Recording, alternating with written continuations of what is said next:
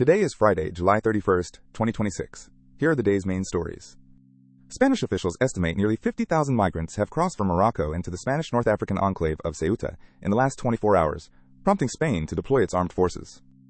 Videos showed thousands of people swimming into the city on Thursday, with crossings continuing overnight. At least 18 people have died trying to reach the territory. Spain has sent troops to reinforce security in Ceuta and in the sister enclave of Melilla, where several hundred more crossings were reported. The scale is striking. In a city of around 83,000 residents, the arrivals over little more than a day amount to more than half its population.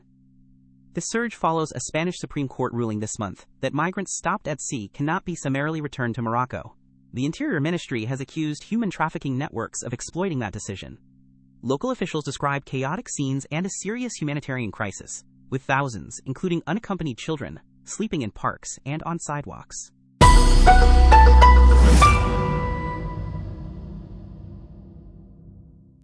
A major development in efforts to end the war in Gaza.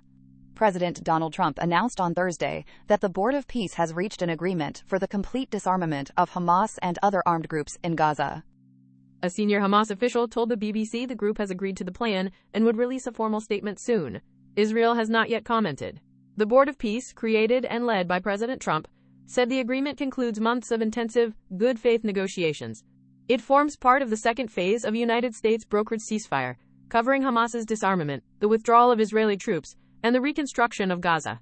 President Trump said Israeli forces would withdraw as disarmament is completed, calling it a critical step towards Gaza being governed by a new Palestinian government. He added that an international stabilization force would work with a new Palestinian police force to keep the territory safe. Japan is still grappling with the aftermath of a powerful earthquake earlier this week. The death toll from the earthquake in southwestern Japan has climbed to 34. The magnitude 7.1 quake struck the southern main island of Kyushu on Tuesday, setting off an explosion at a shopping mall, toppling a factory chimney and flattening homes. Search operations are now in their fourth day. More than 79,000 homes remain without water, and over 3,500 without electricity. Authorities say more than 9,000 people are staying in shelters. Concerns are growing about illness in the sweltering heat, with temperatures in Kumamoto City expected to reach 36 degrees Celsius on Friday.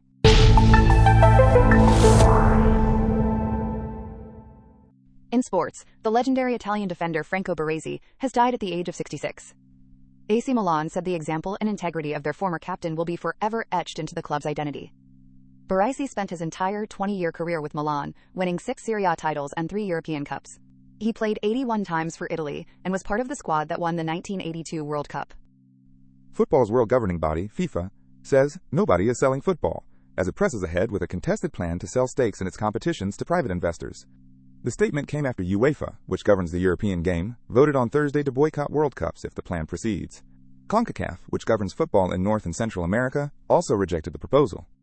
And the renowned climber Nirmal Purja is among 10 mountaineers missing after an avalanche in Pakistan. According to the BBC, 4 bodies have been recovered. That was the NDP Media News Digest. Thanks for listening.